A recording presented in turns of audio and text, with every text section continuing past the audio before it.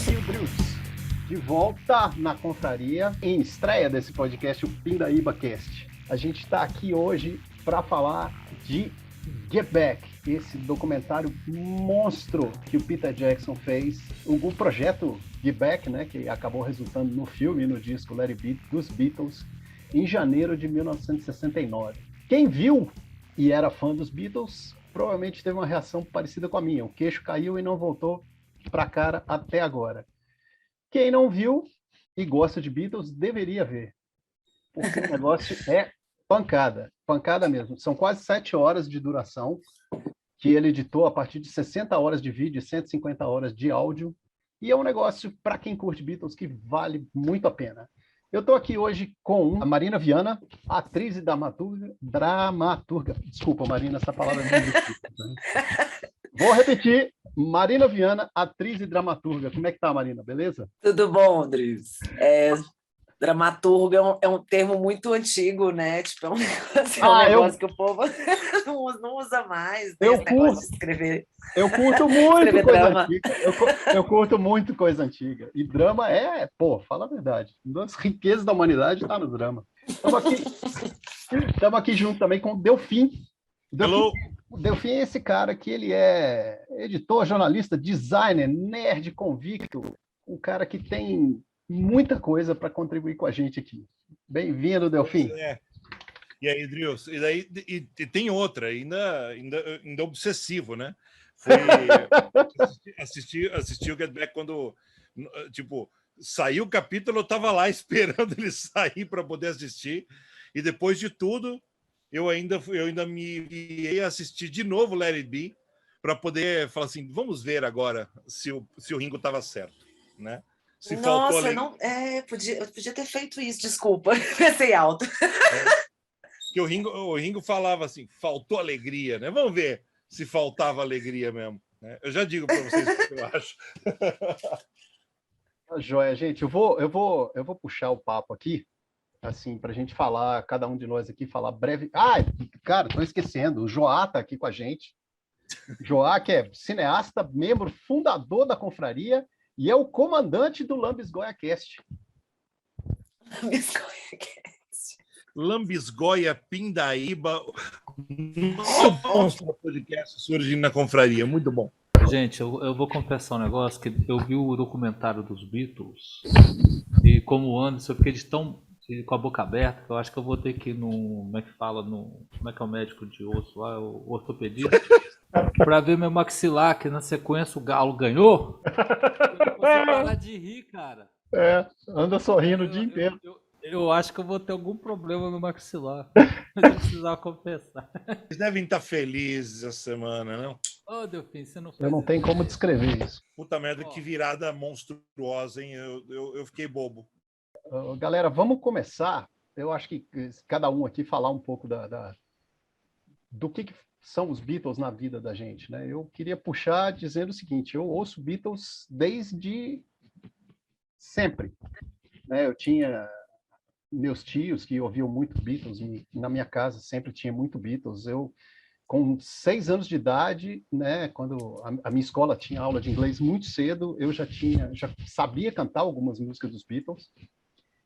E, tiveram presente na minha vida praticamente todos os dias desses últimos 54 anos. Beatles é um negócio muito importante para mim. Eu morava em São Paulo, eu frequentava o Revolution Beatles Club, que foi onde eu assisti pela primeira vez todos os filmes dos Beatles. Tive a chance de ver os filmes dos Beatles no cinema, no Cine Roxy, ali na Avenida Augusto de Lima. Eles fizeram entre aspas, festival e passaram Hard Day's Night, Help, Magical Mystery Tour e Let It Be. E eu tô na cola de Beatles sempre, fiquei insone quando eu vi o primeiro comentário de que o Peter Jackson ia fazer isso. Eu tinha assistido aquele documentário anterior que ele fez sobre a Primeira Guerra Mundial, que eu achei sensacional, e botei a maior fé que o cara é um documentarista de mão cheia. E insone até a semana passada, quando eu finalmente assisti. É isso. Quem quer puxar mais? Marina? A minha relação com Beatles tem a ver com, sei lá, uma versão que eu criei no final dos anos 90 com a minha própria geração. Ai, ai, ai. Como assim? Mas assim, eu de repente resolvi, tipo, eu dei as costas um pouco pro Kurt Cobain e, tipo, fiquei obcecada pelos Beatles, assim, um tempo, no final dos anos, no meio dos anos 90, né? Tipo, que eu tinha lá meus 14, 15 anos. E aí foi um momento que eu realmente, tipo, fiquei muito obcecada com essas figuras. E acaba que isso, eles também acabaram fazendo parte da minha trajetória também como atriz, como artista. A gente tinha um grupo de 4 mulheres, a gente sempre se comparava, né? Tipo, eu era John, fulano era Paul, a outra era Ringo. Tudo bem que eu tenho um pouco de Ringo também, mas enfim, a gente ficava nessa comparação com esse coletivo, porque eu acho que assim, ainda mais eu que vivi essa história de coletivo, de teatro, não uma banda, né? Tipo, eu tenho uma mágoa muito profunda de não ter tido uma banda, nunca na vida, assim, tipo, mas eu, né, tipo, não aprendi a tocar violão e virei atriz. Então, como eu sou atriz, a gente fazia essa comparação no grupo de teatro. Eles são muito icônicos e muito representativos do que é esse coletivo, essa criação coletiva e como que essa colaboração pode se dar. E aí, quando a gente... Nossa, enfim, não vou falar tudo agora, né? Mas, enfim, eu acho que isso é muito marcante para mim com a minha relação com os Beatles, assim, de pensar essa estrutura de coletivo de criação. Né? Tipo, eu acabo sempre falando, fulano é John, fulano é George, fulano é Ringo. Eu sempre faço essa comparação. E tem essa coisa dos anos 90, que é, tipo, de repente eu tipo, dei as costas para a minha geração e fiquei um pouco obcecada, devo assumir. Mas, enfim, é isso, por enquanto. Joinha. Delfim, conta essa história pra gente. Então, para mim, são em 2 partes a descoberta dos Beatles. A primeira vem comigo criança, né? Minha mãe tinha uma Electrola Philips e quando eu era criança ela tinha 7 disquinhos apenas, compactos. Né? Eu sou apaixonado por compacto, certamente por causa disso. E um dos compactos que ela tinha, não me pergunte por quê, era o compacto que tinha Revolution e Hey Jude. Então eu ouvi Revolution e Hey Jude a vida inteira, tipo, desde criança, e eu ouvi quando criança a exaustão, né? Hey Jude, que não tem nada a ver com Revolution, né? Tipo, não sabia ideia de conceito de banda, nada disso, né? E Revolution sempre foi uma música pelo qual fui apaixonada, porque tipo começa com aquele riff de guitarra inicial maravilhoso, né? Aquele porque a versão que está no single não é a versão que está no álbum branco, né? Sim. Então, né? Então, isso nunca foi lançado em disco de carreira dele, só em coletâneas, né? Então, começo minha vida com os Beatles desse jeito, já com um som raro, né?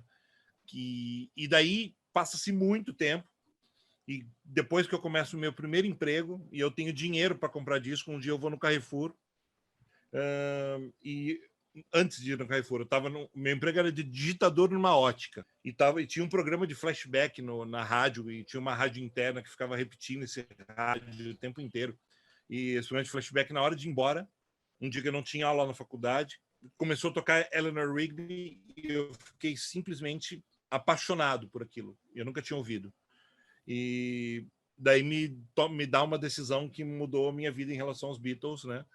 Que foi pegar o ônibus e, em vez de ir para minha casa, ir para o Carrefour, e no Carrefour procurar que raio de disco tem essa música, né? Só sabia que era Beatles, então tipo tinha aquelas reimpressões em vinil dos Beatles, e eu achei no Revolver, né? Justo o Revolver, que é tipo o melhor disco pré-Sgt. Peppers, né? Um marco, né? Não, esse disco é incrível, né? E eu tinha dinheiro para mais um disco. Daí eu falei, vou levar outro. E daí eu falei assim, vou levar pela capa. E daí venceu o Rubber Soul. Então eu levei para casa o Revolver e o Rubber Soul, ouvindo até furar esse disco, esses 2 discos, né? e era uma época sem internet ainda, né? Tipo, anos 90. E daí falei, cara, eu vou atrás disso. E daí, a partir daí, começa uma relação muito forte com Beatles.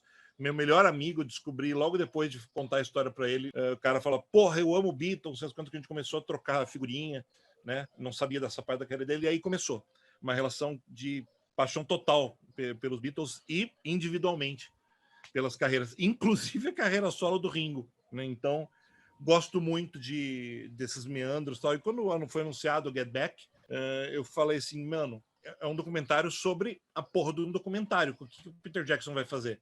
Daí, surpreso, eu vi uma declaração dele dizendo exatamente isso. É um documentário sobre um documentário. Eu falei, tá, o cara tá no mesmo canal, então deve ser coisa boa. E, tipo, a gente tá aqui para falar sobre as impressões que a gente teve sobre essa coisa boa que o Peter Jackson fez. É isso. Olha, Joá, conta aí. Bom, eu acho que a primeira lembrança que eu tenho de Beatles na vida, cara, foi quando John Lennon morreu. Porque eu morava numa cidade pequenininha do interior de Minas, cara, a gente não tinha acesso nenhum à música praticamente. O máximo que eu lembro, assim, da infância de música que me marcou foi ver o Trio Parada Dura antes da fama tocando em cima do caminhão na frente da loja onde meu pai trabalhava. Lindo. Raiz demais! Pois é. E aí, cara, a segunda lembrança que eu tenho dos Beatles é o Beatles ser um desenho animado passando na sessão da tarde, que é o Yellow Submarine. Depois, cara, eu fui picotando uma música ali, outra aqui, uma que aparecia na novela, um cover, que alguém falava, essa música é dos Beatles. Até chegar na era dos MP3, não sei se você chegou na mão de vocês, mas teve um CD-ROM. E esse CD-ROM, no dia que a gente descobriu, todo mundo copiou, saca? Que era um CD-ROM que tinha todas as músicas dos Beatles com todas as letras. Aí, não só eu fiquei conhecendo os Beatles de verdade, como todos meus vizinhos, obviamente, comigo cantando, enchendo o saco e deixando a orelha deles enlouquecida. Tem uma coisa que o Delfim falou, que eu fico pensando também, que eu acho que ganhou essa importância na minha vida também, porque é o quê? É pegar os discos do meu pai, dos meus tios, e ir para casa da minha avó, porque eu não tinha como gravar isso em casa, eu ia para casa da minha avó para gravar na fita cassete. Eu já tenho, né? Já falei na confraria, o tanto que eu gosto de fita cassete, mas eu tinha esse trajeto, né, de pegar o vinil e ir na casa da minha avó para gravar o vinil na fita cassete para poder escutar em casa. Então, tipo, esse ritual também era muito importante. E aí fez com que eles ficassem ainda mais importantes para mim. Vou contar umas coisinhas aqui para vocês. Eu era muito novo, eu tinha uns 10 anos de idade, e eu tinha Beatles em fita, cassete e tal, e eu falei assim, não, eu quero ter esses discos. E aí, cara, todo meu aniversário, Natal, toda data que tinha uma desculpa para ganhar um presente, eu ganhava um disco dos Beatles, ou do Paul McCartney, ou do John Lennon e tal. Então, teve assim, quando eu cheguei aos 15 anos de idade, eu tinha todos os discos dos Beatles, quase todos do Paul McCartney, alguns do John Lennon, um do George Harrison e um do Ringo, era o 33 1/3 do George e o Rotogravure do Ringo, e eventualmente no meu passado, que eu estava endividado com cheque especial, etc, e torrei esses discos todos, eu tinha disco pirata dos Beatles. Outro dia eu vi um disco que tem as gravações, inclusive, dessas sessões do Get Back, que chamavam, o álbum preto, né, dos Beatles, um álbum triplo, que até ouvi de novo esses dias, realmente não é legal de ouvir, álbum pirata é fogo, mas, cara, esse disco estava valendo uma fortuna. Então, assim, foi uma passagem. Teve um momento que meu pai viajou e eu fiquei sozinho em casa, eu tinha, acho que 13 anos, e ele deixou uma grana para eu comprar comida. O que eu fiz com essa grana? Peguei a grana, fui lá na loja de disco, comprei os discos que faltavam dos Beatles, que eu não tinha, e passei 2 semanas comendo mistura para bolo Sol. Eu fazia um bolo e comia nas 3 refeições do dia. Para completar a minha coleção dos Beatles. Foi isso que eu fiz. A relação custo-benefício maior que a do miojo. Gostei disso. Cara, muito legal. Mistura para bolo Sol. Eu dominava aquele negócio, cara. Era só misturar água e botar no forno. Sensacional. Mistura para bolo Sol e Beatles. E o Campos de Santo. Gente, olha só. são tantos tópicos, né, que a gente tem para falar, mas o que eu queria que ficasse, assim, eu acho importante a gente salientar é o seguinte: esse documentário são ali quase 6 horas, né, tirando a apresentação no teto da Apple, né, é ensaio gravado, né? O pessoal que nunca mexeu com banda, não tem banda e tal, talvez não capte tão profundamente essa dinâmica, né? Ali são ensaios, o pessoal está sentado e ensaiando. Então, todos os problemas que a gente vê em ensaio, eles estão lá, né? Por exemplo, quando eles estão lá no Twickenham Studio, né, que é um estúdio, um galpão do estúdio de cinema, né? O tempo todo eles falam assim, cara, eu não estou me ouvindo, né? A gente ouve, por quê? Porque tinha microfone posicionado, o negócio estava sendo gravado numa mesa de som, etc. Mas lá eles reclamavam do eco e essas coisas todas. As atitudes deles, né, um com o outro, tudo que acontece ali eu já vi. Eu sou músico, né?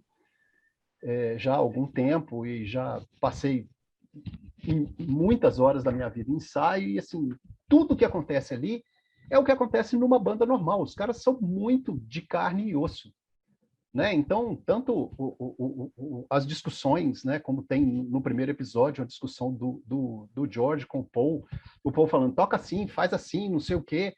E o George vai ficando, ele era um cara muito podado, né? Ele vai ficando, você vê que ele vai ficando tenso, uma hora ele chega e fala, cara, eu não tenho nenhum problema em tocar o que você quiser, eu não tenho nenhum problema, inclusive, se você não quiser que eu toque. E isso vai evoluir ali para ele levantar e falar, olha, sai da banda, tchau, né? Logo no começo do primeiro episódio. Mas tudo que tem ali é coisa de ensaio. Eu lembro que a Alessandra, minha esposa, né, a gente estava falando em assistir e tal, não sei o quê, e eu comentei isso com ela, falei, você vai ter paciência de assistir? Porque é ensaio de banda, é os caras sentados tocando a mesma música 30 vezes e evoluindo do jeito que dá, etc e tal. Porque o que eu senti é que é muito longo e é essa dinâmica. Quem não está mesmo, como é que eu vou dizer, interessado e disposto a encarar essa dinâmica, eu não acho que é um filme fácil de assistir, né? São muitas horas com os 4 músicos e depois com o Billy Preston 5 músicos sentados num círculo experimentando, né? Eu queria saber, vocês que não são do mundo da música, como que vocês sentiram isso? É uma coisa do teatro para mim, assim, e tipo, por mais que eu tenha essa mágoa, essa mágoa de não ter tido uma banda, esse rito, essa situação, ela é clara num coletivo de criação, né? Então, tipo, a gente identifica isso e a gente sente, como a gente também sabe a história dos 4, a gente vai sentindo ali as tretas, as tensões, a gente sabe, a gente conhece as tensões, a gente sabe, mas aí, ali a gente está vivenciando com eles esse processo de criar junto, né? E está sendo registrado isso. Tem uma hora, não tem, que o George fala assim, nossa, como é que eu falo aqui? Como é que eu, tipo, me manifesto nesse contexto que tem gente filmando, né? Tipo, mas é porque eu fico sempre trazendo pro meu rolê. E aí, tipo, nesse meu rolê, eu consigo me ver ali, sabe? Tipo, me ver nesse processo e entender todas aquelas tretas todas. Logo no começo, né, do primeiro episódio, o George olha para a câmera e fala assim, mas vocês vão gravar tudo que a gente está falando? Eu fico olhando para o microfone, assim, é isso mesmo? Isso! É o primeiro Big Brother, né? Pois é, o primeiro reality show, eles inventaram uma coisa bizarra, né? Bizarro. Porque é o seguinte, vamos lá. Não é que eles inventaram um reality show. Qualquer documentário era assim, né, Jó? O problema é que a dinâmica de edição que foi adotada pelo Peter Jackson dá nitidamente essa impressão de que eles estavam nesse circo, né, que se assemelha muito a um reality show, com a diferença de que não era ao vivo, né? Então, tipo, eles estavam sendo gravados, monitorados o tempo inteiro, e o simples fato de haver um registro disso já os deixava suficientemente pilhados, né? Então, vamos dizer que é um passo para um reality show, vai. Tem um olhar do Peter Jackson que é dramático, tem um olhar que ele conhecia a história e ele foi criando, a partir do que ele identificava, ele foi criando uma dramaturgia. Diferente do como é que chama o cara que filmou? Michael Lindsay Hogg. o Michael Lindsay, ele estava querendo registrar. Chega o Peter Jackson, ele já vai criar, ele já tem uma historinha introjetada que ele vai tipo direcionar um pouco essa edição nesse sentido, assim, tipo, ele consegue captar umas coisas que o Michael talvez ainda não tinha percebido, assim. Acho que a distância histórica, Marina, ajuda muito, né, também, porque as Sim, coisas, total. enquanto o Rock está filmando, tanto que no Let It Be não há menção à saída do George, né? Por quê? Porque ele saiu e voltou. Então, tipo, o que acontece?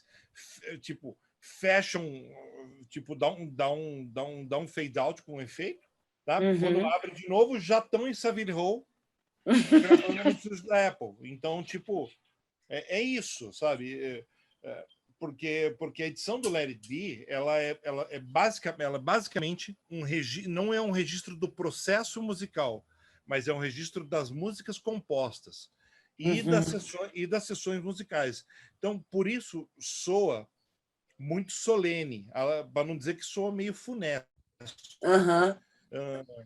Inclusive, como o filme nunca foi para o digital, quando a gente vê ele hoje, sem restauração, sem nada, o filme ainda soa soturno pra caramba, tipo, as cores maravilhosas que a gente vê em Tickenham, tipo, quando a gente olha na tela do Let It Be, sabe?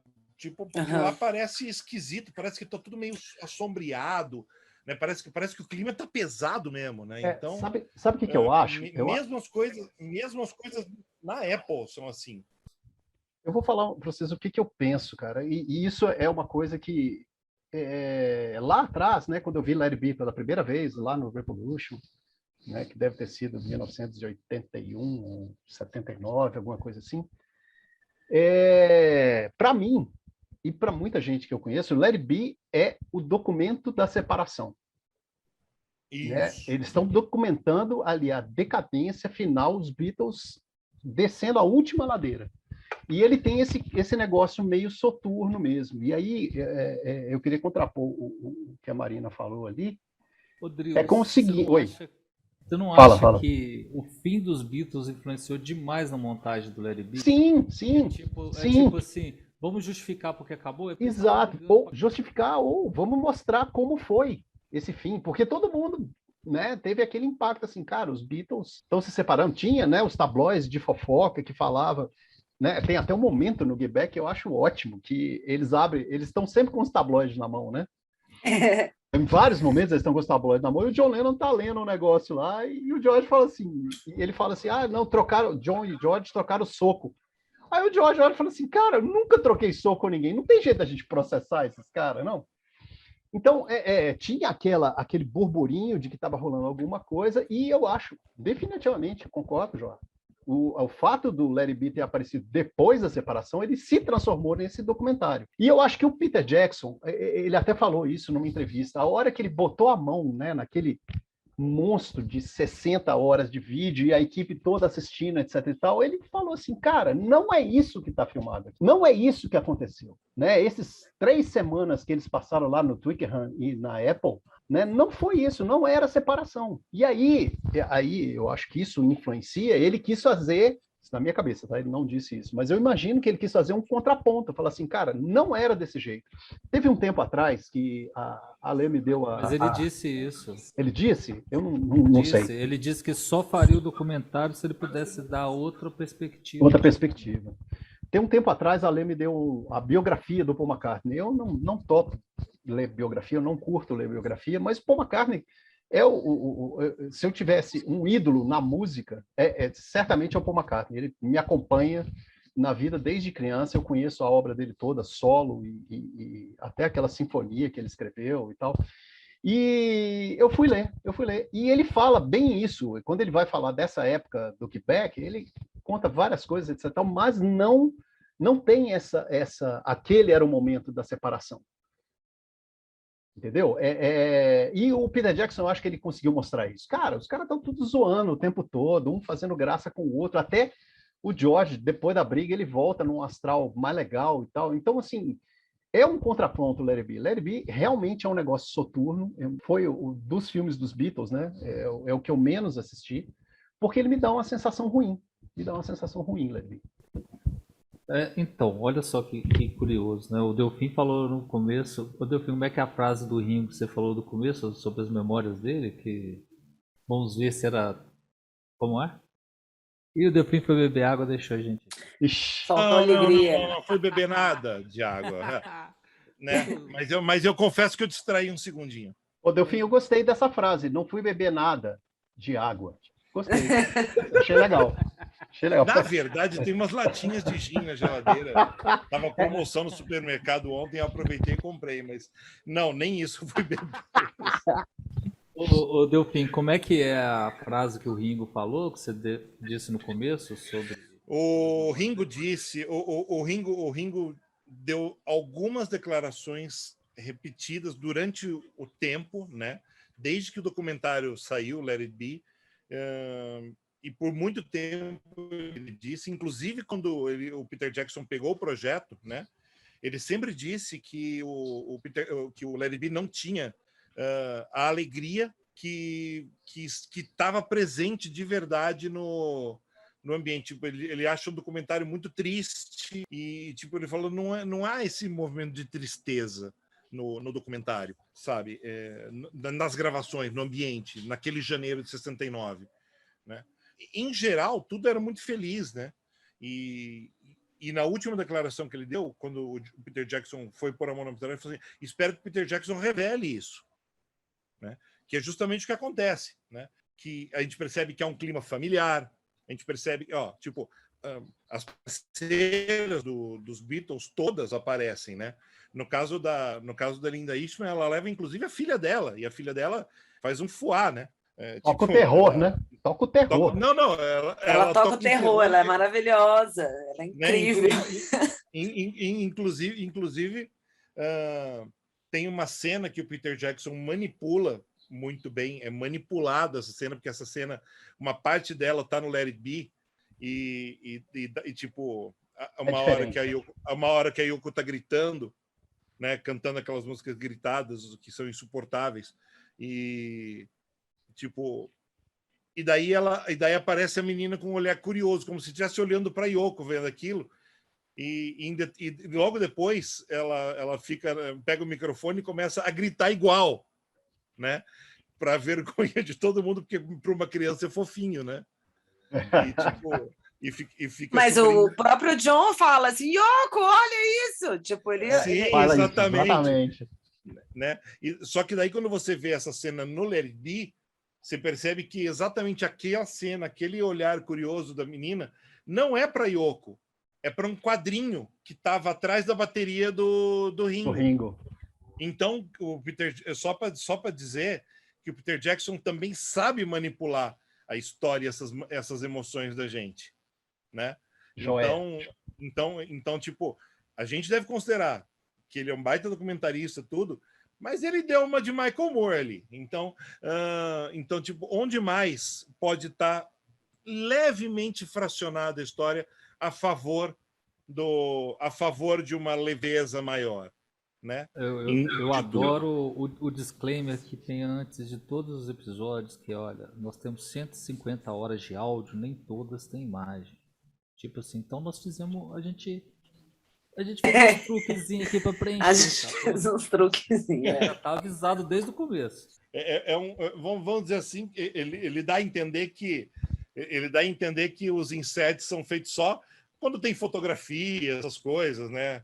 Ou então naquela cena do microfone no pote, no vaso de flor, né? Então, dá a entender que é só ali, né? Tipo, compreenda. Mas, tipo, obviamente não é. Claro que não é isso, né? Claro. Obviamente nós sabemos que não é isso, né? Mas ainda assim, funciona lindamente. Eu vou puxar porque ele revela um processo, né?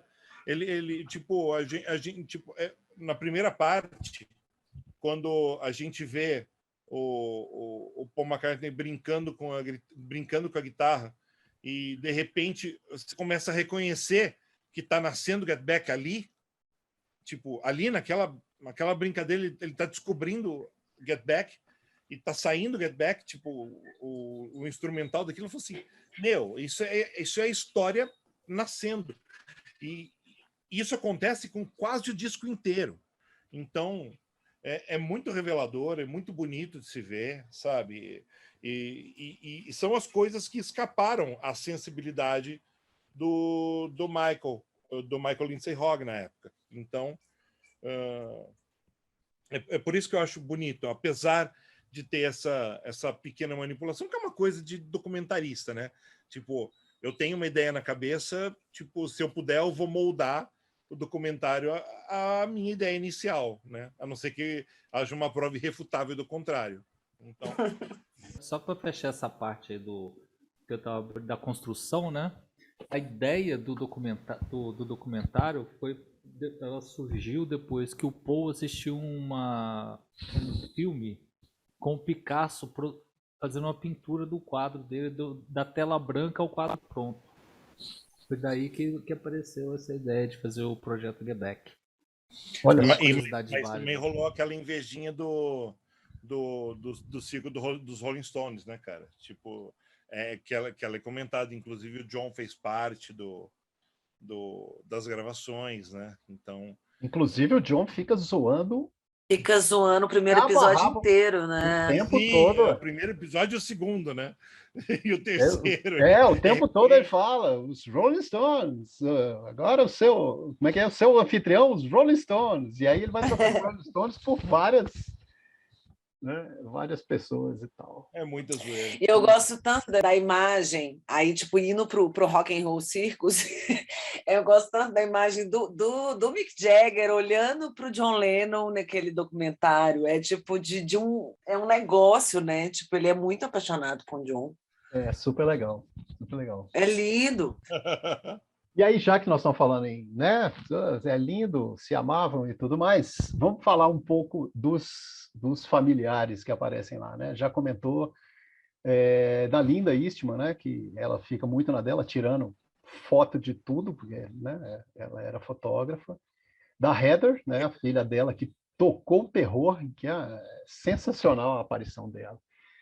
Mas o George, não sei se vocês separaram os amigos Hare Krishna do George, que aparecem lá, o pessoal filma eles bastante, mas não se aproximam, ficam na deles, ouvindo lá, né?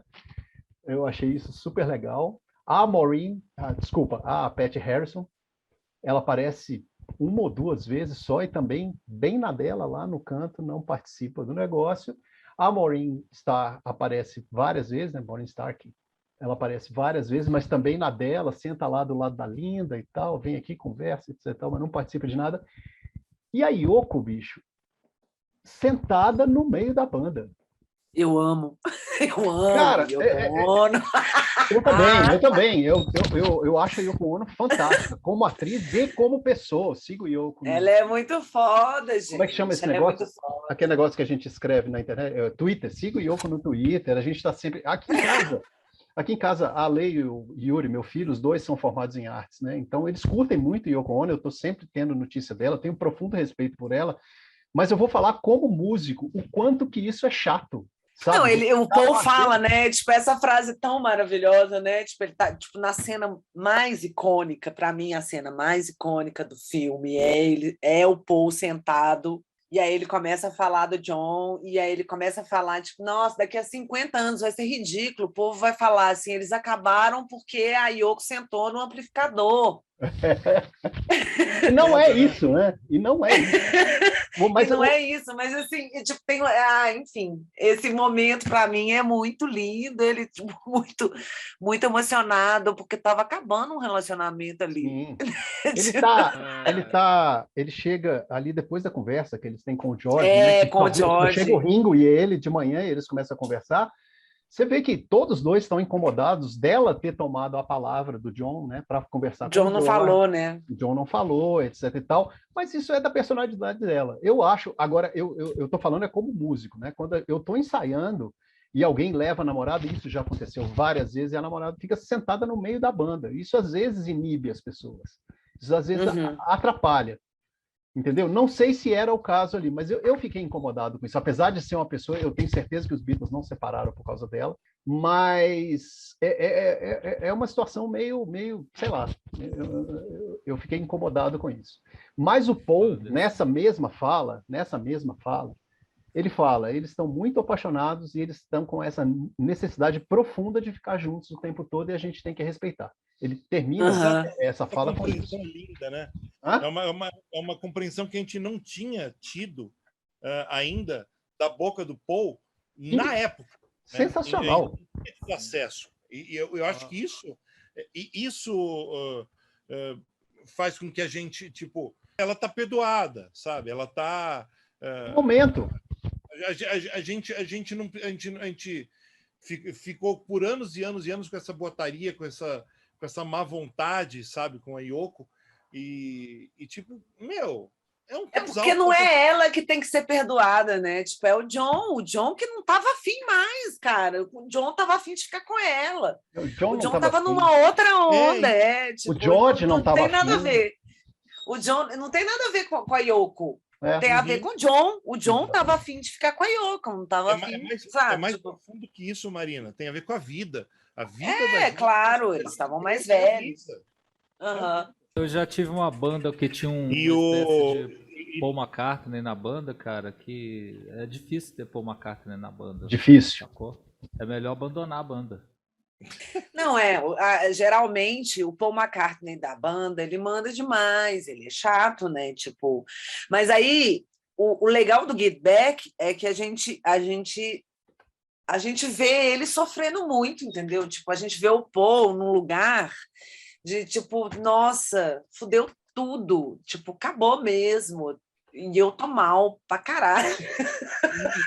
Mas tipo, isso é legal de ver, porque a gente percebe, tipo, ele não tá lá para ser o mandão da história. Não, eu acho que ele tem um negócio, de tipo, vamos botar o negócio para frente. Se ninguém quer tocar baixo, eu vou tocar.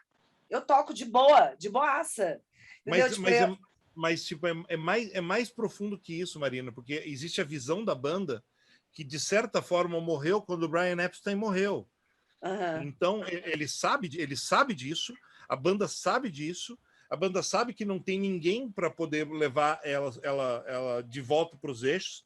Tanto é que, em determinado ponto do documentário, John fala que vai ter uma reunião, vai conhecer o empresário dos Stones, que está doido para ser o empresário dos Beatles, né? Porque o Brian Epstein funcionava como o pai deles, né? Tem um quadrinho que foi lançado no Brasil, momento, né?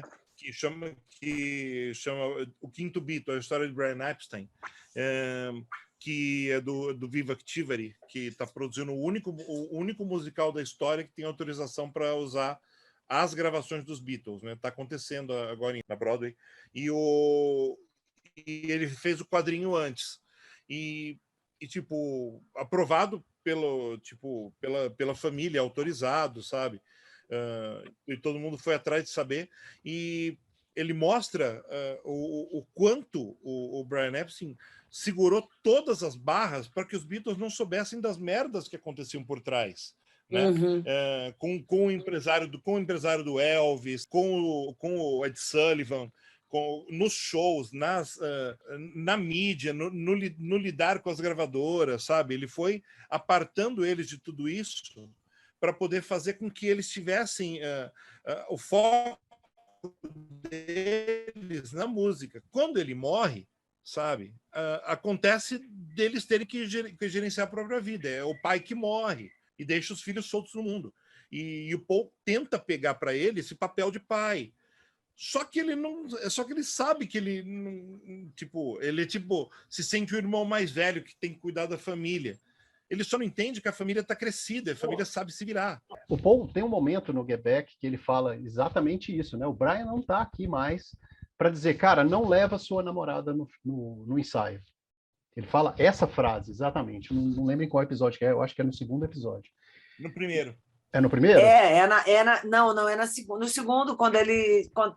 é na fala do Paul, que o Paul tipo, desabafa, sentado na cadeira e quase chora. Tem outra faceta do Paul McCartney, que é o seguinte: o Paul McCartney ele se tornou um discípulo do George Martin, que era o cara que construiu a música dos Beatles. Tem um negócio interessante, eu comprei um disco tem uns 3 anos, que eu comprei esse disco, que tem as gravações que os Beatles fizeram para a Decca, quando eles eram só eles, né? Os 4 foram lá, o Brian Epstein levou eles lá e a Decca os recusou, mas chegaram a lançar, eu acho que foram 10 ou 12 singles com os Beatles. E, gente, eu vou falar para vocês, os Beatles sem George Martin não eram os Beatles, sabe? É meio decepcionante. Era cru. É muito decepcionante o negócio. É lógico que pensando assim, eles eram uma garotada de 20 e poucos anos, o George nem 20 anos tinha, né? Mas a entrada do George Martin na jogada, que ninguém acreditava que isso estava realmente acontecendo, porque o George Martin produziu os discos do Peter Sellers. Ele não era um produtor musical e tal. E o cara construiu o som dos Beatles, e o Paul McCartney foi sendo discípulo do George Martin. Então, tem um momento que o Paul levanta e fala assim, ele está discutindo com o George, e ele fala assim, gente, alguém precisa, não tem ninguém fazendo isso, eu estou fazendo porque não tem ninguém fazendo. O George Martin não estava muito envolvido na produção, não sei se vocês separaram isso, ele fica lá, passa para cá, mas passa para lá, mas é o Glyn Johns. O Glyn Johns é que está mexendo com a produção e tal, e o Paul, ele assume esse papel que era o George Martin que fazia nas gravações. De falar assim, não, toca assim, toca mais assado, bate desse jeito, não sei o quê. E isso aí, o George começa a apelar com ele, e ele fala, cara, eu tô fazendo porque não tem ninguém fazendo. Na conversa também do microfone dentro do vaso dele com o John, ele fala isso, cara, você sempre foi o líder da banda, mas você tá deixando esse espaço aberto e alguém precisa ocupar, e eu tô ocupando. Então, tem os dois lados do Paul McCartney. Um é esse lance dele querer manter a coesão da banda, ele queria manter a banda, e o segundo ponto é até a orientação musical mesmo. Né? O Paul McCartney ele se tornou um músico muito, como é que se diz? Muito versátil. Ele é um excelente baixista, ele deu rumo pro contrabaixo no rock and roll em geral, e ele é um excelente pianista, ele toca bateria razoavelmente bem, é um cara, né? Ele gravou vários discos, 2, 3 discos, ele sozinho tocando. Então ele tem muito essa visão de harmonia, visão do conjunto, né? Se você pega os discos solo do Paul McCartney, eles são musicalmente muito mais elaborados do que os dos outros, porque os do George Harrison são essencialmente discos de guitarrista, né? O George Harrison é um excelente guitarrista, criou muita coisa no rock, e os discos do John Lennon são rock and roll cru mesmo, né? Aquele rock and roll de raiz. E já o Paul McCartney não, ele está sempre com coisas mais elaboradas e tal. Tem uma conversa que eles estão tendo lá, e alguém falando assim, a gente, Long and Winding Road, a gente podia botar um quarteto de cordas. Aí o George vira para o Paul e fala assim, não, o George vira para o Glyn Johns e fala assim, que quarteto de cordas? Não, o Paul que queria. Aí o George pergunta, Paul, você queria um quarteto de cordas? Aí o Paul fala, não sei. Não, acho que não sei, mas é o cara que está sempre preocupado com o todo, com a harmonia, com o conjunto, né? E ele realmente é um chato de galocha, você vai me desculpar, assim, é meu ídolo e tudo, mas o que ele estava fazendo com o George lá, que culmina com o George falando, eu toco do jeito que você quiser, posso até não tocar se você não quiser, eu ia falar a mesma coisa para ele, vá dormir, rapaz. O princípio da discussão do Paul com o George, que acabou na saída do George, né? Momentânea, né? Do George. Que tem coisas no documentário que os familiares pediram para omitir, né? Depois eu dei uma pesquisada assim que, por exemplo, esse período da vida do George é muito complicado. Não foi só por conta das desavenças, vamos dizer assim, com o Paul, cara. É porque o Eric Clapton tinha divorciado da mulher e a mulher foi morar na casa do George. E a mulher do George não estava muito satisfeita com a história, não, porque parece que rolou algumas coisas lá, saca? Vocês não sabem da história da Leila, não? Mas eu acho que não é a história da Leila, a história da Leila é depois ainda, não? Eu acho que não, cara. Eu acho que começou nessa época. Tem o documentário do Scorsese sobre o George Harrison, que eu esqueci o nome agora, me fugiu o nome agora. É um documentário também de 3 horas, que é maravilhoso. Todo mundo que gosta de Beatles tem que assistir isso. É sensacional. E, inclusive, eles expõem a história da Leila, inclusive com a Pat Harrison contando o que aconteceu e tudo. É um negócio pesado. O George estava vivendo um período muito ruim mesmo, de fato. Outra coisa que foi obtida também a pedido, eu estava vendo, tem um canal no YouTube que chama Beatles School, de um cara que chama Gilvan Moura. E o cara conta que ele fez uma análise de todas as gravações de Twickenham. Ele ouviu tudo, tipo assim, as 500 vezes que eles tocaram Get Back e por aí vai, sabe? E ele fala que nas gravações, né, no bootleg, você vê que a Yoko dá muito pitaco no meio das gravações. E parece que ela pediu para cortar os pitacos. Tem um momento, tem uma fala da Yoko no Get Back, e aí eu não lembro em qual episódio que foi, que ela fala assim, porque nós, como se ela fosse da banda, nós devíamos fazer isso. Se eu não me engano, é quando eles estão discutindo se vão ou não dar o show, etc. E tal. E isso também me incomodaria, né? Ela se pronunciar como se da banda fosse. Só título de informação, o documentário do George Harrison chama-se Living in the Material Material World. É maravilhoso. É maravilhoso. Tem que ver, não deixem de ver.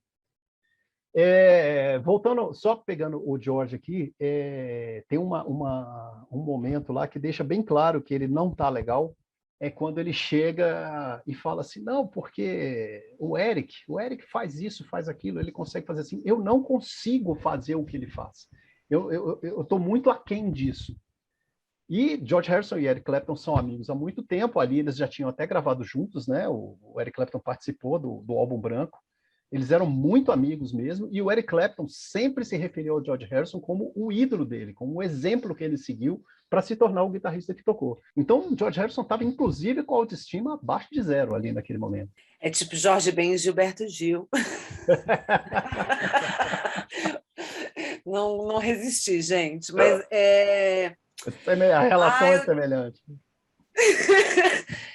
O George, ele tá, sei lá, também, ele tinha o Eric, ele tinha o Bob Dylan, ele não estava dando conta, né, Da pressão? do rolê. Do rolê de grupo, assim, tipo, o rolê de grupo, o povo, tipo, mandando nele, e ele, tipo, tinha uns amigos muito legais, entendeu? Claro. Ele tinha uns amigos muito legais para ele ficar nesse... Não, gente, me deixa. Eu tenho minhas músicas, eu tenho minhas letras, eu tenho... Tipo... Enfim, eu acho que o documentário é sobre o Paul, sabe? Tipo, é um Paul que a gente precisava entender, assim, para a gente não achar que ele é um insuportável o tempo inteiro. Ele é um cara que estava querendo manter o rolê. Sim, Mas sim. sabe Eu Fala. vejo ele como insuportável, sabe? Eu vejo ele como o cara que amava a banda. Sim. Não, mas o Ringo também amava muito a banda, mas é porque o Ringo era o Ringo. O Ringo não se manifesta. Mas o Ringo não se manifesta porque o Ringo já teve um período dele ter feito a mesma coisa que o Jorge fez na época do álbum branco, meses antes. E eles fizeram aquele... É porque ele saiu fora, né? Tipo, na época que eles foram pro... O Ringo foi o primeiro a tentar sair fora. Né? Não aguento mais, tipo, isso está muito chato. Né? Eles foram para a Índia e ficaram... E o Ringo ficou irritado. Então, daí o Ringo... o Ringo, inclusive, assim, vou dar um rolê no mar Mediterrâneo, e foi-se embora para a praia e, tipo, volta, daí voltou pro rolê do álbum branco e daí ficou tudo na paz com ele, né? As coisas se acertaram com ele. Inclusive, rolou uma aproximação maior do Jorge e do Ringo nessa época, e você percebe que essa aproximação ainda está rolando, né? A hora que ele vai apresentar o Octopus Garden pela primeira vez, é o Jorge que vai lá. É o Jorge que toma, é bonitinho aquilo. Gente, eu sou a apoliana, né? Que acho tudo lindo, mas enfim, pode continuar. Mas é legal. Então, mas, tipo, você falou, Marina, que você acha que o documentário é sobre o Paul, mas, na verdade, eu acho que o documentário é sobre uma banda que estava acabada e que, de repente, a banda se une novamente. E o Peter Jackson é muito feliz de colocar isso com a devida importância, porque eu acho que o grande personagem do documentário, no fim das contas, não é o John, não é o George, não é o Paul, não é o Ringo. O grande cara se chama Billy Preston. Né? Billy Preston realmente. A chegada dele é importante, né? Gente, vamos falar de Billy Preston, então. Olha só. Vamos falar de Billy Preston. Lá no começo, o Billy Preston é um cara, eu curto ele demais, cara. Eu acho ele um cara super legal, um músico fantástico e tal. Lá no comecinho do documentário, se eu não me engano, é no segundo dia, eles chegam de manhã e o George está falando que encontrou o Billy Preston tocando e tal, não sei o quê. E, pô, que saudade, o cara era super legal, a gente sempre encontrava em Hamburgo, parará, e enche a bola do Billy Preston e o John fala, pô, que legal, o cara é gente boa e tal, não sei o quê, parará. Todo mundo curte o Billy Preston. Eis que, lá naquele momento, lá na Apple, entra Billy Preston. Pô, vim aqui gravar um negócio na BBC, não sei o quê, passei para dar um alô e tal. O John vira para ele e diz, velho, quer gravar com a gente, não? Né? Ele foi gravar vocês devem lembrar da Lulu, né? Do To Serve With Love. Na época ela tinha um programa na BBC. Ele foi lá gravar uma participação no programa. Tava lá pelas bandas. Ele soube que os Beatles estavam gravando na Apple. Ele é a brother dos caras, foi lá dar um oi. Ele literalmente foi lá dar um oi, exatamente. Né? E daí, tipo, fica aí com a gente, vamos tocar um pouco, né? Matar saudade, né? E daí ele tava numa de matar saudade. O problema é que... O problema não, né? A solução é que quando ele foi interagir com o órgão que estava lá para poder... Acho que era, não lembro se era o Paul, se era o John que estava logo na manhã anterior, né, tentando alguns arranjos e tal, as coisas. Quando aquilo fica na mão do Preston, ele transforma algumas músicas que estavam xoxas e tipo ele salva o disco, né? Salva a música, dá alegria pro disco. E de repente eles ouvem para aquilo assim: não, Billy, você tem que ficar. Peraí. A gente se vê amanhã, né? Não, você é da banda. Não, o Paul literalmente tenta convencer a banda em determinado momento. Não fica tão explícito assim, mas a história é essa, né? Tenta convencer a banda a tornar o Billy Preston, que já tinha participado de algumas gravações do Álbum Branco, um quinto Beatle, literalmente. Né? E tipo, a gente sempre discute essa história, quem foi o quinto Beatle? É o Brian Epstein, é o George Martin, é o Stuart Sutcliffe. Vamos dar essa... É o Billy Preston. Mas o Billy Preston, efetivamente, tem os créditos de ter o quinto Beatle. Né? E o Billy Preston estava no concerto do telhado, sabe? O Billy Preston estava presente. O Billy Preston, ele é a cola. Tipo, aquilo tudo era um vaso quebrado. Ele é a cola e funciona. Total, define. Eu li ou ouvi por aí que a função do Billy Preston, eu achei genial o comentário, que é tipo assim, um casal, uma família que tá brigando o tempo todo, aí chega a visita e todo mundo se recompõe, sabe? Comportar na frente da visita aqui, parece... Eu achei esse comentário genial. Eu achei que porque eles realmente se comportam. Pelo menos o documentário dá essa impressão. Mas tem um outro fator que eu acho muito importante também, que foi sair de Twickenham e ir para o estúdio Apple, né? Que o humor muda todo. Ele entra e que a coisa explode, né? Aí todo exatamente. A coisa já está rolando no sentido de tentativa de positividade. Eles estão em casa, né? E tipo, eu não lembro em que dia do Savile Row que ele volta, mas tipo, logo nos primeiros dias, no segundo, terceiro dia já que ele aparece, né? Então ajuda muito. E é engraçado, ele aparece num dia à tarde. Se vocês lembrarem do documentário, na parte da manhã o George não aparece, né? O George ainda está naqueles dias de não aparecer, né? E o George ainda não tinha aparecido. O Billy Preston aparece no mesmo dia que o George volta, né? E tem aquela jam session completamente primordial, com o John, a Yoko e o Paul na bateria. Tipo, aquilo é o cúmulo de como aquilo estava fraturado, né?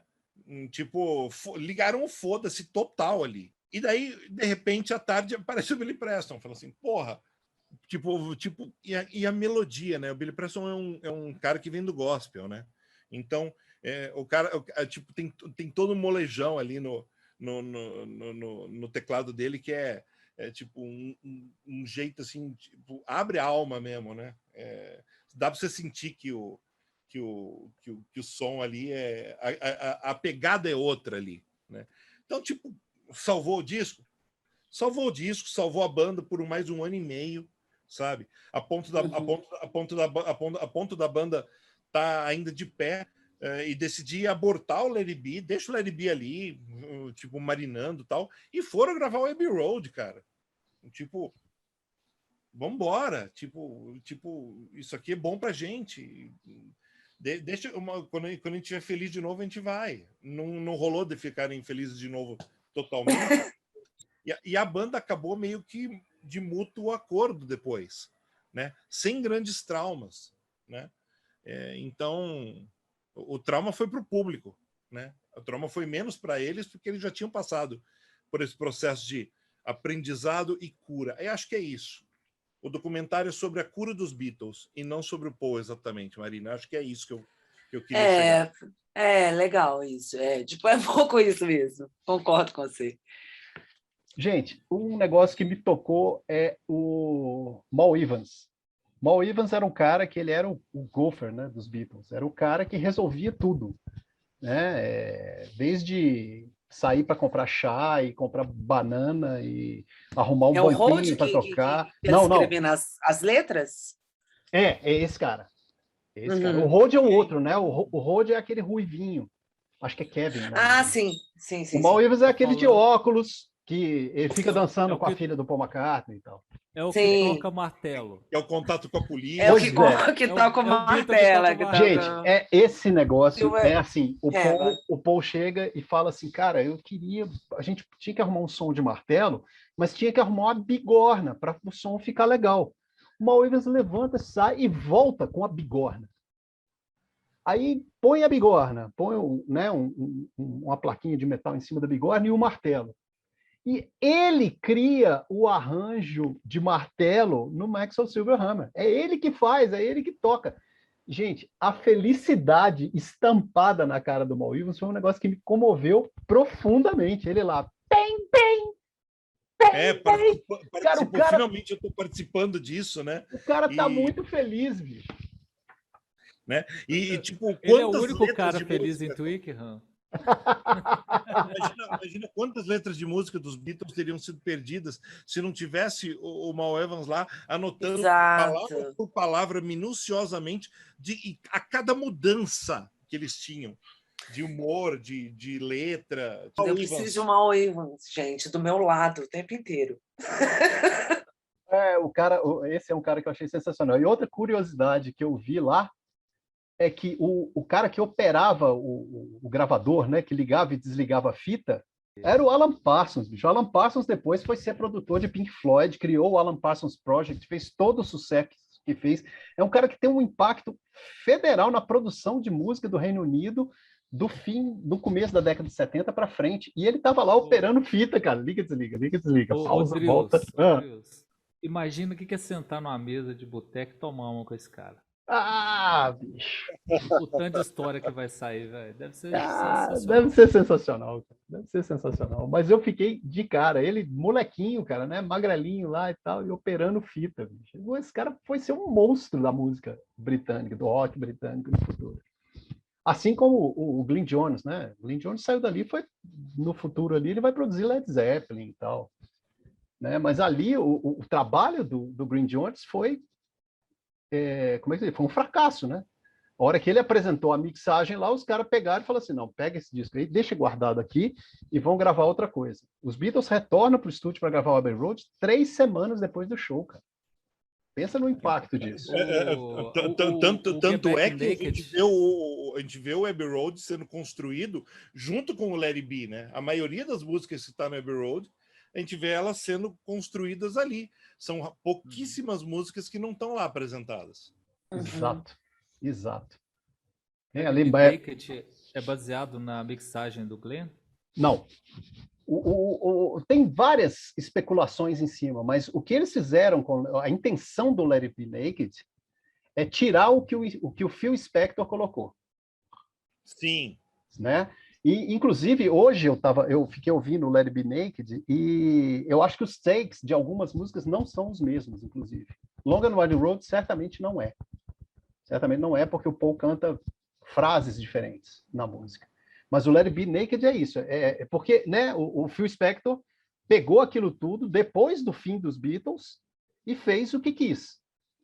Né? Então, se você pega... Eu fiz até um playlist, eu posso colocar aqui no link aqui do vídeo depois, que eu peguei as músicas do Let It Be e coloquei a versão do Let It Be e a versão do Let It Be Naked exatamente em seguida.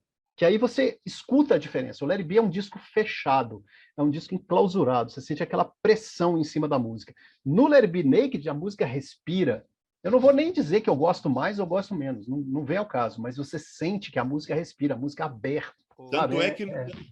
Tanto é que as músicas mais legais do Let It Be, na versão que foi lançada, são justamente as músicas do Concerto do Telhado.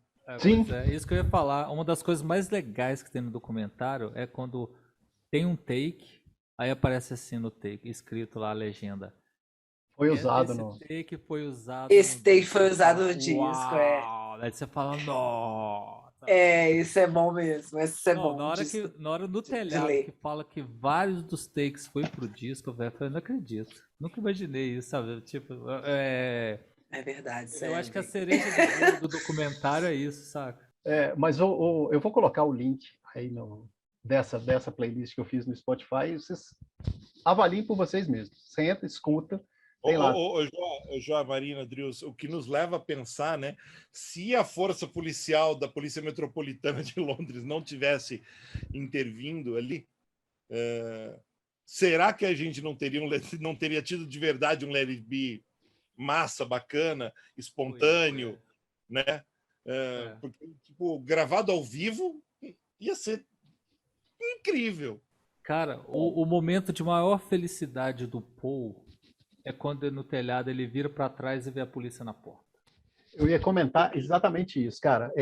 Tem um negócio interessante. O sorriso do Paul assim, é de encher o coração de ver um negócio daquele, porque no começo do filme ele fala, a gente podia ir tocar no parlamento para a polícia prender a gente.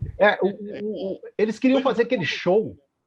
O Michael queria filmar um negócio lá na Líbia, né? Num teatro de arena romano e tal, e aí eles vão vendo que é impossível, depois eles vão falar, tem o parque não sei aonde, tal, não sei, olha lá o negócio.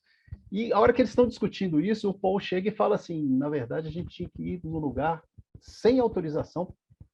Imagina a gente tocando lá no parlamento e a polícia ainda prende a gente. E realmente, cara, o primeiro, a hora que começa o show, ele começa a tocar Get Back, você vê o tanto que ele está satisfeito com aquilo. Sendo que as cenas anteriores, ele queria cancelar, não sei se vocês lembram disso. Ele não queria fazer, ele queria mais 2 semanas. Ele estava muito preocupado. Vai chegando no final, né, ali do 3º episódio, vai chegando o momento do show, o cara está muito tenso, o cara está muito grilado com o treco. E enquanto eles estão lá em cima tocando, cara, ele é o mais feliz de todos. Você vê a felicidade na cara dele. E a hora que a polícia entra, bicho, aí é o clima. Sabe? Aí ele fica louco, aí, né? Pronto, e toca Get Back pra polícia e tal. Ele rebola, ele fica uma alegria. Exatamente. Manda recadinho pra polícia. É sensacional isso. É muito bom. O concerto do telhado, né? Já que a gente entrou no concerto do telhado, cara, se eu tivesse uma máquina do tempo, o lugar que eu queria... Se o cientista doido que inventasse a máquina do tempo virasse para mim e falar, onde você quer voltar? Eu falo, eu quero voltar em Londres, 1969, em cima daquele telhado para ver aquele show. Mas tem que me arrumar um lugar no telhado. Mas imagina o quanto essa viagem ia ser craudiada, cara. Como que você só pode ver, sei lá, 5 minutos. E, não, para. É muito bom, tipo, Londres é muito engraçado, né? Londres é um desenho animado, aí você vê umas pessoas de chapéu coco com um lanchinho na mão na hora do almoço, em cima do telhado para assistir os Beatles, é inacreditável aquilo, gente, é muito desenho animado. Eu acabei o episódio, eu fiquei, Marina, você já viu, Marina? Não, ainda não vi. Aí, Marina, daqui a pouco eu tô acabando aqui, Eu tô vendo aqui as mulheres na rua aqui, as velhinhas de Londres falam igual o Monty Python. De toda velhinha de Londres é uma velhinha que fala igual uma velhinha do Monty Python. Sim! Que é um cara imitando uma velhinha do Monty Python. É muito absurdo os ingleses.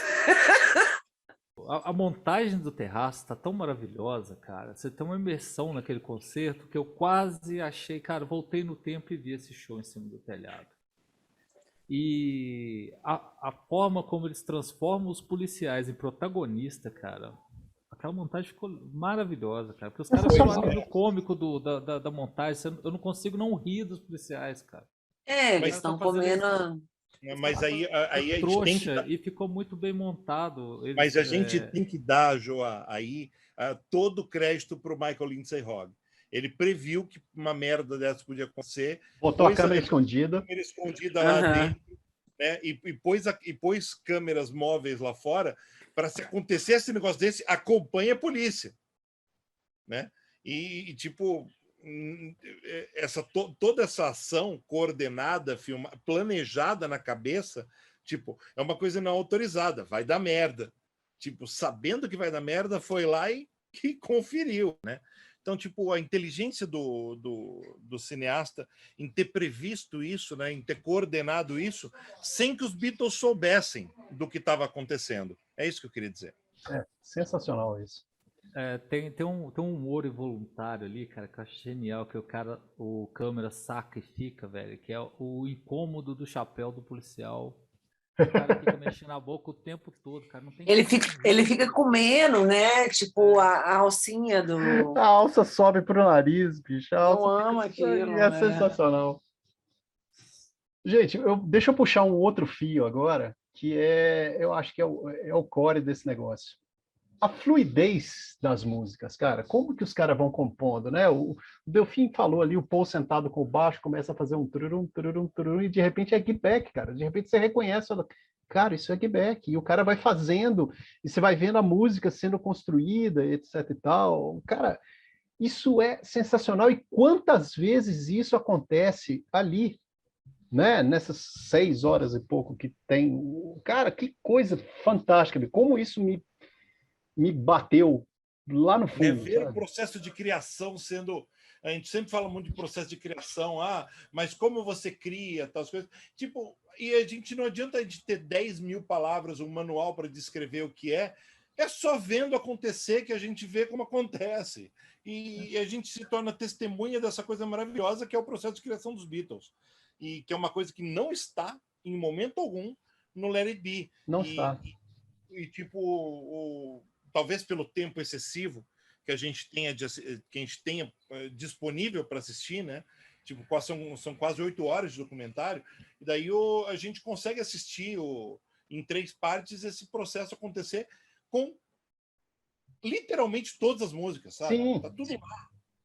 Tem um momento, cara, que o George está conversando com o Billy Preston. Billy, esse acorde aqui, como é que é esse aqui e tal?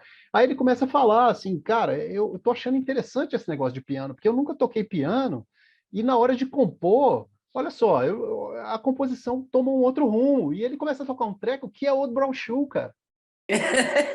E aí eu falo assim, cara, esse cara nunca tinha tocado piano e fez essa música, bicho. E fez uma... Desculpa, cara, eu não consigo.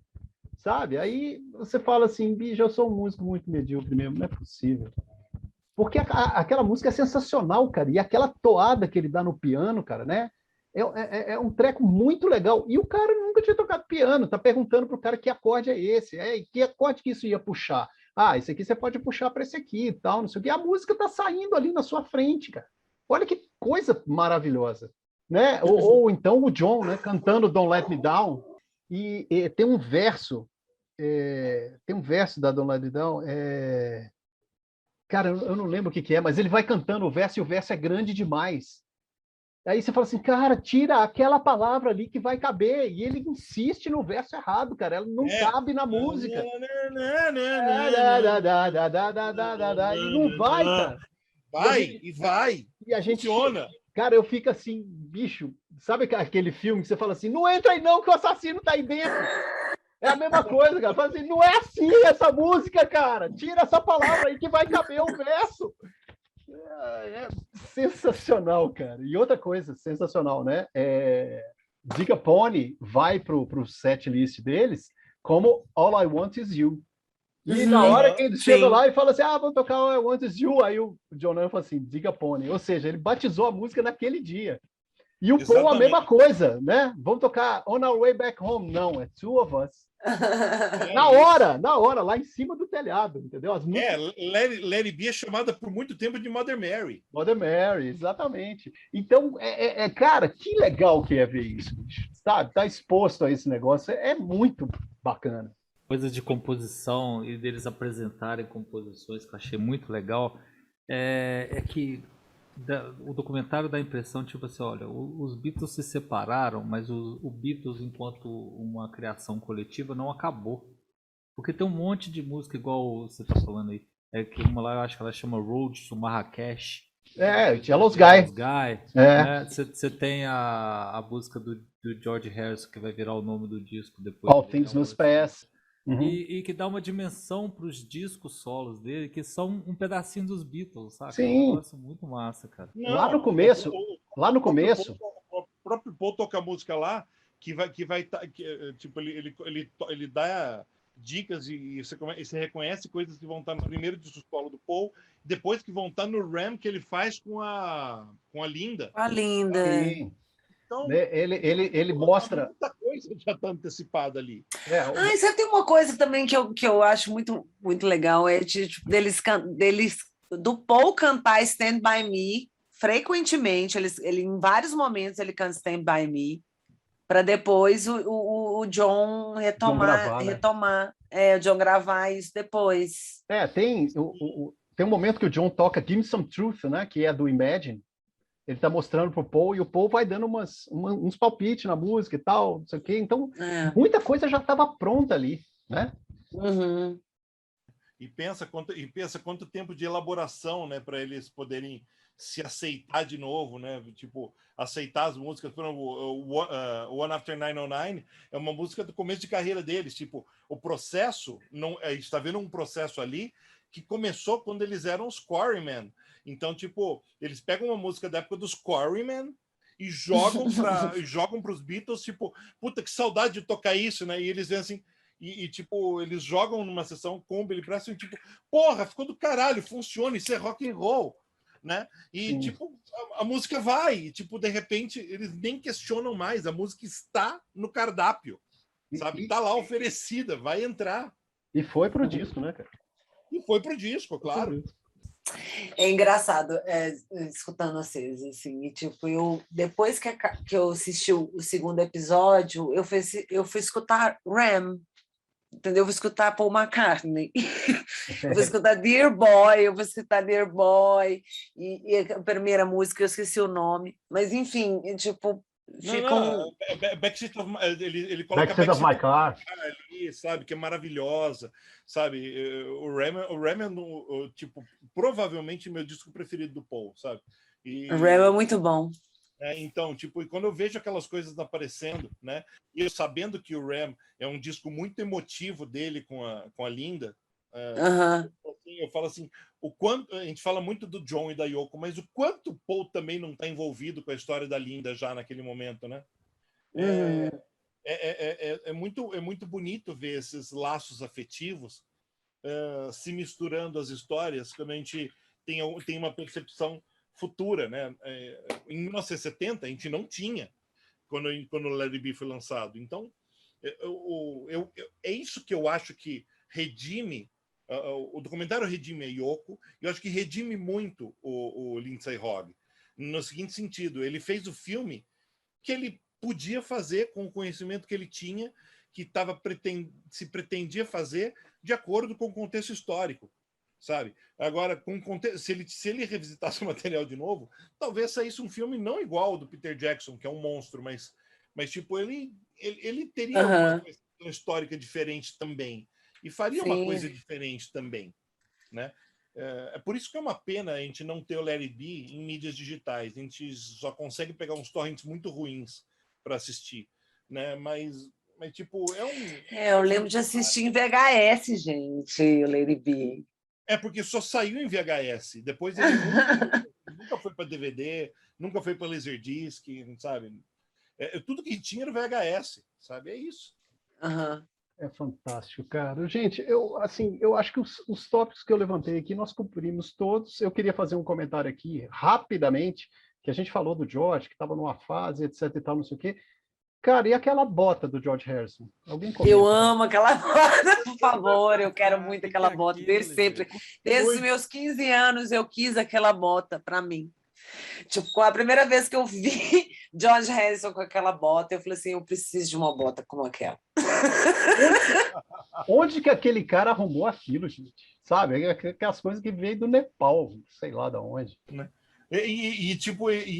Eu acho muito bacana. Ele tinha um carro como aquela bota, então tá tudo bem. É verdade. Mas é um papo, tipo, daqueles papos, a gente entra naquele... conversas profundas, muito profundas sobre o documentário. Quanto eles falam de sapato, hein, mano? Porra! Sim! É muito sapato no documentário só. Porra! Loja de sapato, eu nunca fui na loja de sapato, sapato tal, sapato isso, sapato em música. Pô, é muito sapatada. E Não, fora o que eles estão vestindo. O George chega e fala pro Mol, assim, pergunta na loja lá em Savile Row, tá? Nunca foi nessa loja, não sei o quê. Não, eu posso ir lá para você. Não, faz o seguinte, vai lá e pede pro cara vir aqui trazer não sei quantos modelos do sapato tipo assim assado. E o Mal Evans vai, cara. 39. 39, exatamente. Daí, tipo, minúcias do documentário, aí dá aí tipo, é só para bitomaníaco avançado, né? E a gente realmente não tem esse tempo, mas seria maravilhoso, né? E seria maravilhoso a gente aprofundar os nossos conhecimentos sobre, sei lá, as lojas de Savile Row, sei lá. Eu tive teve um momento, assim, esse é para músico mesmo, né? Que são os instrumentos que eles usam, né? O Paul McCartney aparece lá no começo com o baixo Hofner dele, que foi o primeiro dele, né? O primeiro baixo de canhoto que ele teve da Hofner. E esse baixo foi roubado, né? Ele não existe mais. O outro baixo que aparece, que é aquele mais amarelo, que ele até mostra que tem a anotação, né? Com o set list do último show que eles deram, em 66, está colado. E o Paul McCartney tem esse baixo até hoje, toca com ele até hoje, e tem ainda colado o set list do negócio, ele nunca tirou. Né? Então, aquela guitarra que o George Harrison usa, uma guitarra marrom escura, uma guitarra Fender, era a única no mundo feita daquele jeito. Foi feita para ele com o tipo de madeira que ele queria que fizesse. E na década de 2000, agora a Fender fez uma edição especial e reproduziu aquela guitarra. Você consegue comprar, custa uma fortuna e tal. Aliás, não sei se vocês repararam, falando desse instrumento específico, o número de vezes que o Glyn Johns pede para ele trocar e ele quer tocar com aquilo, sabe? Sim. Ele só troca a contragosto uma vez. Exatamente. E toca aquela guitarra, ela é feita de rosewood, né, pau rosa. Ela deve pesar uns 7 quilos, né, que é uma madeira densa, pesada, e ela é feita, o corpo e o braço são da mesma madeira, ela é toda da mesma cor. E o cara insiste, ele quer tocar com ela. No show, lá no telhado, ele só toca com ela, ele não troca de guitarra. Aquela guitarra era a única no mundo, na época, né, daquele jeito. Tem a guitarra do John, né, que é uma guitarra Epiphone, que o George, mais de uma vez, vai falar, cara, cadê a sua guitarra Rickenbacker? É muito melhor que essa. Aí o John fala assim, mas eu gosto dessa, cara, e ele só toca com aquela guitarra, que é uma guitarra de segunda linha, não é uma Gibson, não é uma Rickenbacker, é uma guitarra legal, mas é de segunda linha, mas ele só toca com ela, inclusive ele toca com ela no Rock and Roll Circus, né, dos Rolling Stones, ele aparece com aquela mesma guitarra bege.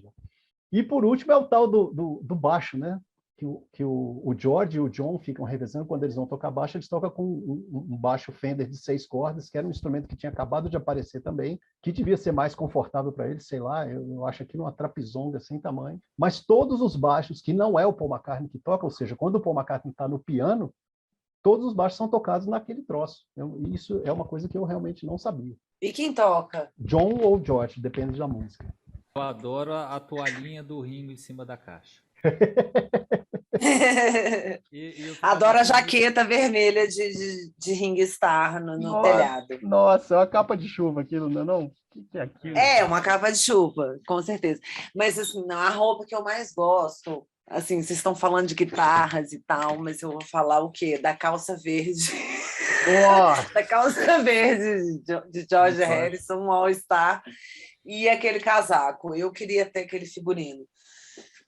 aquele casaco, desde que a primeira vez que eu vi o Larry B, eu ficava chocado com aquele casaco. Como é que um ser humano consegue ficar ali dentro? Mas devia estar um frio do caramba, né? Então tá liberado. Não, eles não estavam dando conta, né? Tipo, tem uma É. hora que o John até fala assim, gente, Minha eu mão não tô tá conseguindo mais congelando. tocar, minha mão tá congelando. É.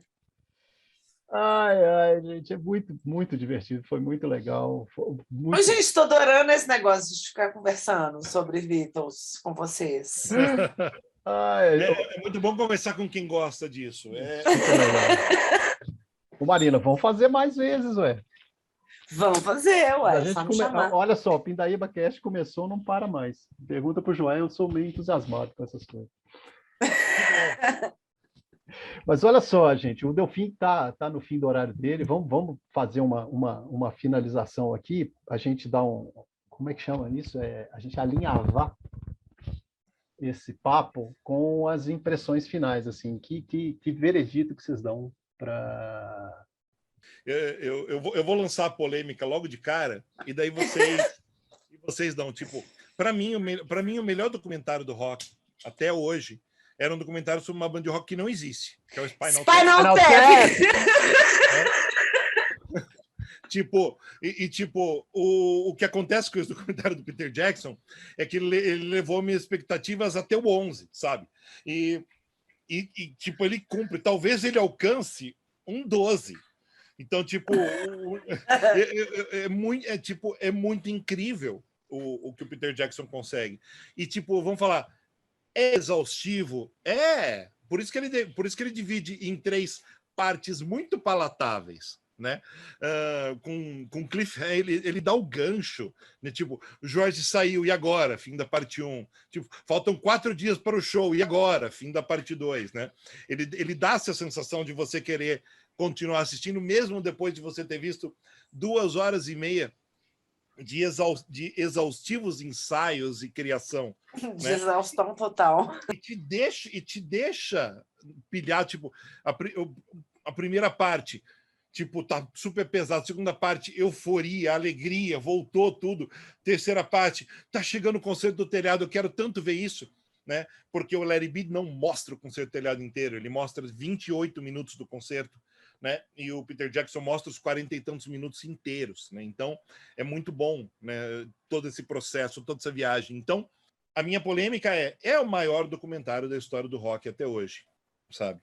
O Delfim, tipo, finalmente. Eu seria mais polêmico que você. Para mim é o melhor filme do Peter Jackson que eu vi, cara. Bom, e aí você está sendo bastante polêmico, realmente. Né? Eu estou vendo fãs do Senhor dos Anéis voando na tua garganta, né? Totalmente, fora as outras coisas, né? Mas, tipo, eu acho que é o melhor documentário da história. E olha que esse ano que nós estamos, teve um outro documentário sobre rock que eu acho simplesmente incrível, que é o documentário do Edgar Wright sobre os Sparks, né? Que eu recomendo para qualquer um que goste de música e goste de coisas estranhas sobre os anos 80 assistir. Edgar Wright, confessamente, é o meu diretor preferido, né? E, tipo, eu fui assistir sem nenhuma expectativa a não ser Edgar Wright. Fala assim, ele não ia pôr a mão no negócio que não fosse bom. E os Sparks é uma banda que eu gosto, é uma banda dos fim dos anos 70, mais dos anos 80, que eu gosto muito, mas, tipo, quase ninguém conhece, né? Quem assiste pode até pensar, porra, essa banda não existe. Como que pode esses caras terem feito isso naquela época, né? Então, tivemos isso esse ano, no começo do ano. E daí, de repente, temos o Peter Jackson nos entregando essa coisa maravilhosa sobre os Beatles, por exemplo, que os Stones nunca vão ter. Mais polêmica ainda. Então, eu acho que... Deu vontade de falar alguma coisa dos Rolling Stones. É o seguinte, a gente. E, tipo, não é. Tipo, tem referência aos Stones o tempo inteiro, né? Tipo, eles estão lá e tem uma hora que chega disco novo na Apple. E você percebe que eles estão lá folheando assim: chegou o disco novo dos Stones, que é o Beggar's Banquet, né? Então, eles nem. Tipo, tá lá, jogado simplesão assim, mas tipo, eles nem dão bola pro disco novo, tá lá numa pilha. Eu acho que é um processo muito grande. A gente tem uma lição muito grande também sobre um pouco de costumes da época, como as coisas rolavam no próprio mundo de negócios deles, né? Alguns pincelados sobre isso que são bastante interessantes para poder entender o que é o fenômeno Beatles, mais do que apenas um ensaio de banda. Eu acho que é isso. A gente tem uma dimensão. A banda que já tem uma dimensão muito grande toma uma dimensão ainda maior, porque a gente vê a humanidade. São pessoas que têm problemas como a gente, que têm questões familiares como a gente tem, e que tem que lidar com questões mundanas o tempo inteiro. É um documentário sobre questões mundanas, né? Puta, o que a gente faz? Nosso amigo saiu da banda. Como que a gente vai lidar com isso? E, tipo, as questões psicológicas deles, os conflitos deles com eles mesmos, sabe? Quando eu falei para vocês que é um documentário sobre um processo de cura, é isso. Eles estão lá feridos, desde a morte do Brian Epstein, e estão se curando o tempo inteiro, eles estão nesse processo. E eles vão passar o resto da vida nesse processo. É verdade. É isso. Beleza, Delfim. Delfim, queria ver sua cara, porque eu não te conheço, né? Mas eu adorei escutar. É porque eu tô olhando assim, eu tenho um pôster dos Rolling Stones aqui no meu quarto. Eu tenho, tipo, o Mick Jagger escrito Marina Viana em cima. Mas, assim, por que eu tô falando isso? Porque eu acho que são dois. Eu acho que tem a ver com essa história de coletivo mesmo, e de um pouco do que você falou também, de como a gente lida com essas criações coletivas e como que elas vão. Ei! Pronto, Ei, matei a vontade. Delfim! Agora eu sei quem é você. Aí, né? Ao meu fundo só tem livros, mas enfim, essa é O meu é os parte da Rolling minha vida. Stones mesmo. Mas, enfim, o que eu queria falar sobre isso era essa ideia de coletivo que eu acho que me acompanha mesmo. E eu tinha alguma coisa para falar, mas eu já esqueci o que era.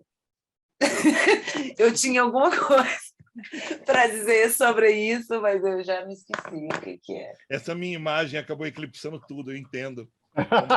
Exatamente. Eu te vi, aí eu fiquei completamente assim, Gente, sem palavras.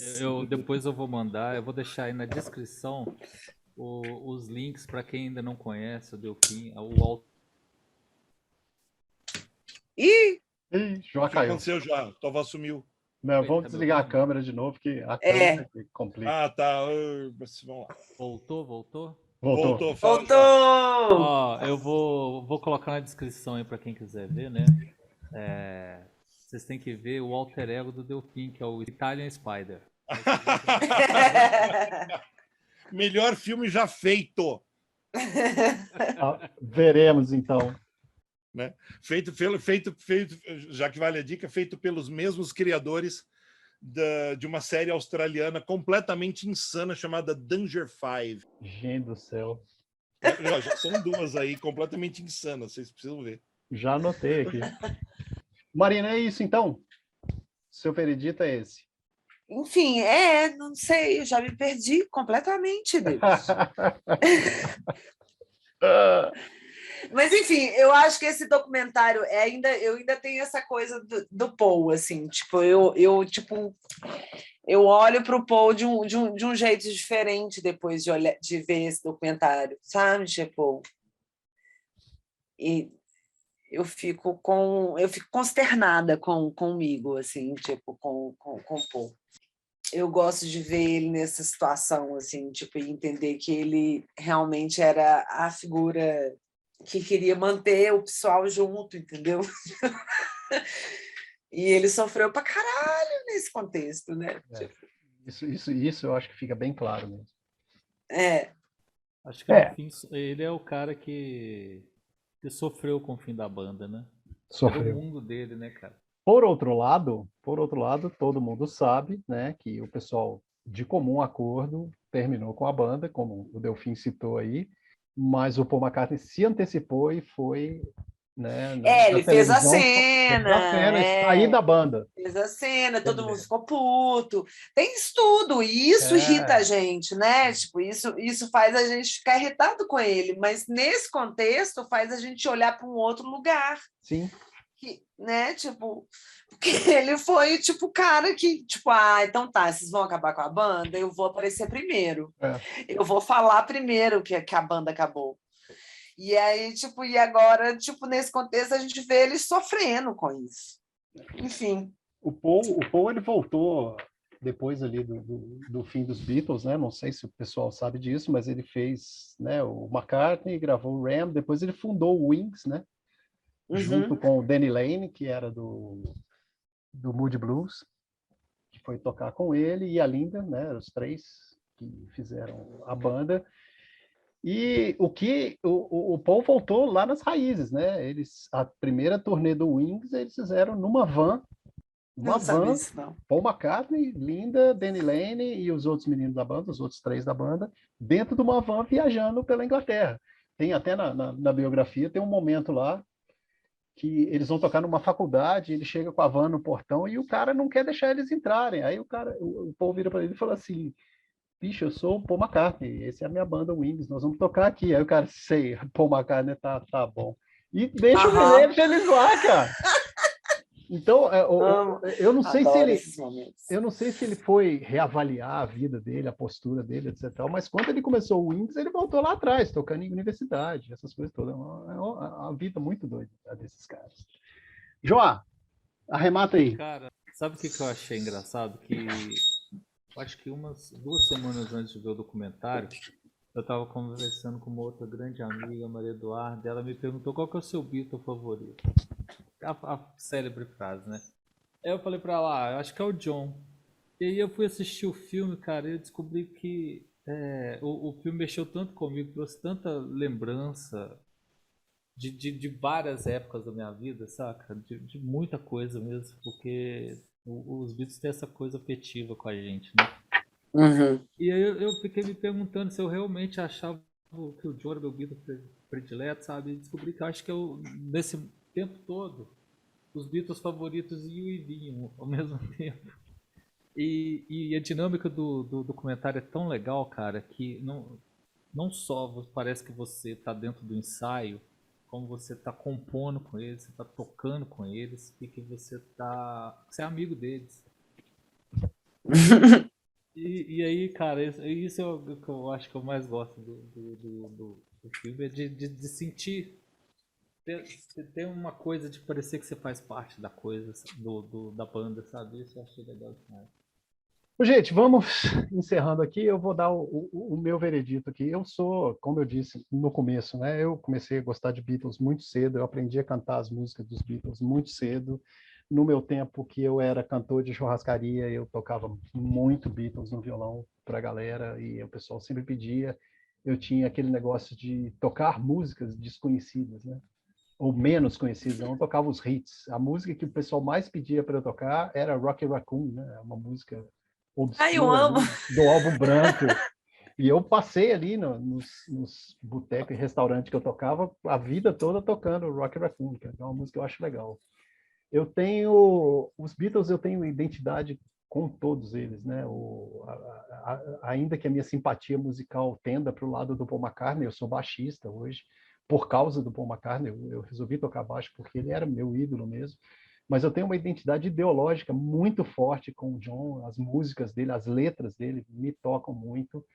Eu acho o George Harrison um músico sensacional, um cara que inventou muita coisa, ele é de uma simplicidade nas músicas dele, ele consegue fazer coisas simplíssimas soarem magistrais, assim. E o Ringo é um cara, ele tem músicas muito legais, né? E ele é um ator incrível. Eu tenho uma lembrança muito legal que é da Vila Sésamo, que tinha episódios da Vila Sésamo que tocavam Yellow Submarine e Octopus Garden. Isso passava na Vila Sésamo, na época da TV preta e branca ainda. E as duas músicas são cantadas pelo Ringo, né? São do Octopus Ringo, Garden é. é de autoria do Ringo. E eu, com meu filho, com o Yuri, desde pequenininho, eu sentava com ele, eu pegava o violão e tocava Yellow Submarine e Octopus Garden. E Yellow Submarine foi uma das primeiras músicas que o Yuri aprendeu a cantar.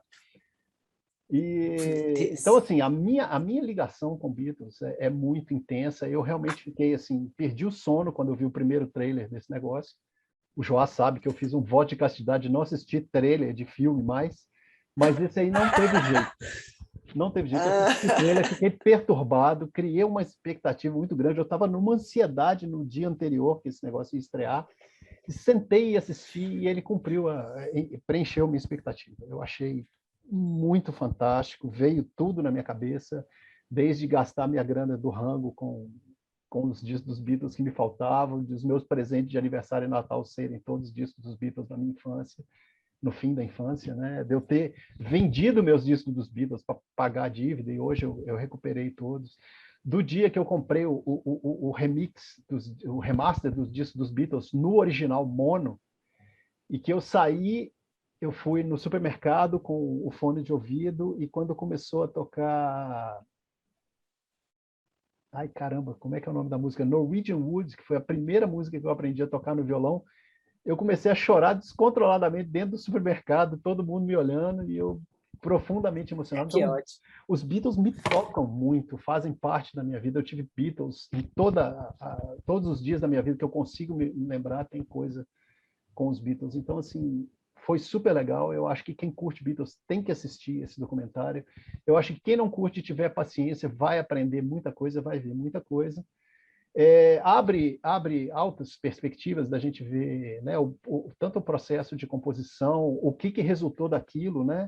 A gente sentar depois daquilo e escutar o Let It Be, escutar o Abbey Road, né? Entender como que as coisas foram criticadas, por que o Let It Be foi um disco tão rejeitado, comparar com o Let It Be Naked depois, que era o mais próximo do que eles queriam fazer, que não é nem o que o Phil Spector fez, nem o que o Glyn Johns fez, é uma coisa diferente. Como eu disse, eu fiz uma lista no Spotify, o link vai estar aí embaixo para quem quiser ouvir, comparar e depois vir aqui. Era isso que a gente... era isso que a gente tinha para falar. Aí, participação super legal da Marina e do Delfim, meu parceirão Joá, que está aí junto comigo na confraria, e a gente trazendo essas coisas aí para você. Vamos ver se a gente marca outra dessas. Foi muito bom. Joia, Delfim. Foi muito bom mesmo. Quem gostou, dá um joinha, recomenda para os amigos. Quem não gostou, faz o que bem entender, mas recomenda para os inimigos. Quanto mais gente ouvindo, melhor. Xinga nos comentários ou elogia nos comentários. E é isso aí, gente. Um grande abraço para todos e até a próxima. Tchau, tchau. Tchau. Tchau.